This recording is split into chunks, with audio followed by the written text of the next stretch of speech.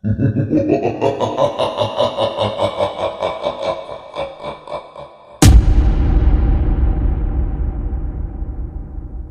आपने कभी सोचा है कि किसी पुराने घर के एक बंद कमरे के पीछे क्या राज छुपा हो सकता है?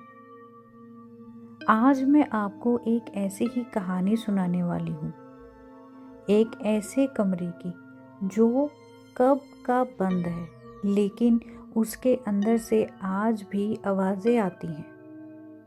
ये कहानी है प्रिया की, जो अपनी फैमिली के साथ एक पुरानी हवेली जैसे घर में शिफ्ट होती है। घर बहुत बड़ा था, लेकिन सबसे अजीब बात थी घर का एक कोना, एक बंद कमरा जिस पर बड़े बड़े ताले लगे हुए थे। प्रिया के पेरेंट्स ने कहा कि उस कमरे को कभी खोलने की कोशिश भी ना करें, क्योंकि पुराने ज़माने में कोई वहाँ रहता था और तब से उस कमरे को बंद कर दिया गया है। लेकिन जैसे जैसे दिन गुजरते गए, प्रिया को रात के टाइम उस कमरे के अंदर से हल्की हल्की खरोंचने की आवाज़ें सुनाई देने लगी।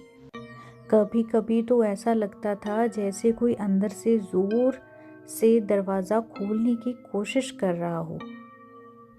एक दिन प्रिया ने चुपके से घर के सब लोगों के सोने के बाद ताले को खोल दिया। जैसे ही उसने दरवाज़ा खोला और कमरा अंधेरे में डूबा हुआ था, उसने मोबाइल की टॉर्च जलाई। कमरे के कोने में एक बड़ा पुराना मिरर था और जब प्रिया ने उसमें देखा तो अपनी परछाई के साथ एक और चेहरा भी दिखा। एक औरत का चेहरा जिसकी आंखों में गुस्सा और दर्द था। उसी वक्त दरवाज़ा जोर से बंद हो गया। प्रिया चिल्लाई, लेकिन कोई सुन नहीं पाया और फिर उसके कान के पास एक आवाज़ आई, मुझे छोड़ के मत जाओ, मैं यहाँ अकेली हूँ। सुबह तक प्रिया बेहोश थी। जब फैमिली ने दरवाज़ा तोड़ के देखा, प्रिया वहाँ थी ही नहीं। बस सिर्फ मिरर के सामने एक हाथ का प्रिंट था और प्रिया का फ़ोन ज़मीन पर पड़ा हुआ था। तब से उस कमरे को दोबारा ताला लगा दिया गया, लेकिन लोग कहते हैं कि आज भी रात के अंधेरों में कोई उस कमरे के अंदर से आवाज़ लगाता है, मुझे छोड़ के मत जाओ।